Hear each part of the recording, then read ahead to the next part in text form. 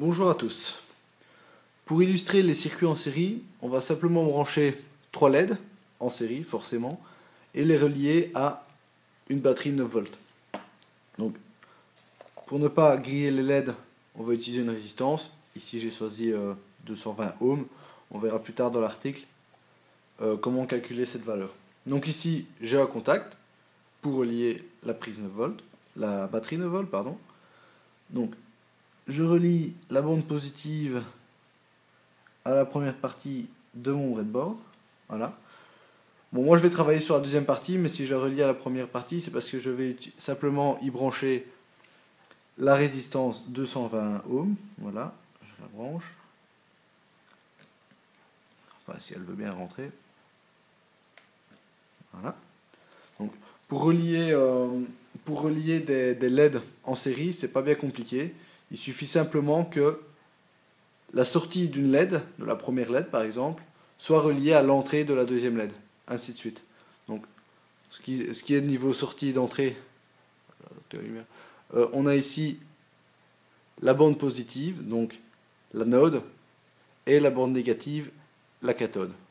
Donc, on relie donc l'anode au positif. Voilà.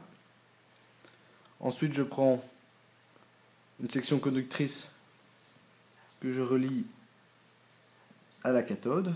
Et ensuite, je prends une deuxième LED pour laquelle je vais relier l'anode avec la section conductrice. Je fais pareil pour la deuxième. Voilà. Et ensuite, de la même manière, je relie l'anode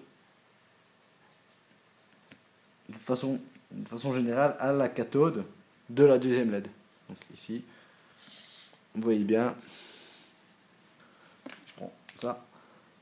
Le courant va entrer par la résistance dans l'anode de la première LED, va ressortir par la cathode, passer par le circuit électrique pour re-rentrer dans l'anode de la deuxième LED, ainsi de suite. Ensuite, je relie la sortie de la dernière LED à la bande négative du connecteur. Et ensuite, je relie, je branche ma pile, et comme vous voyez, les LED s'allument. Maintenant, le problème avec ce type de circuit en série, c'est que si jamais une des LED venait à griller, pour une raison ou pour une autre, les autres ne seraient plus alimentés. Donc, on va tester. Je prends la deuxième et je vais l'enlever donc pour simuler qu'elle a grillé. Je l'enlève et là, plus rien ne fonctionne. Pourquoi?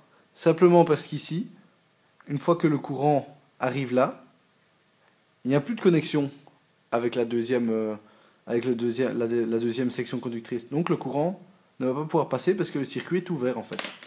Donc la preuve, c'est que si nous rajoutons de nouveau la LED, le courant repasse.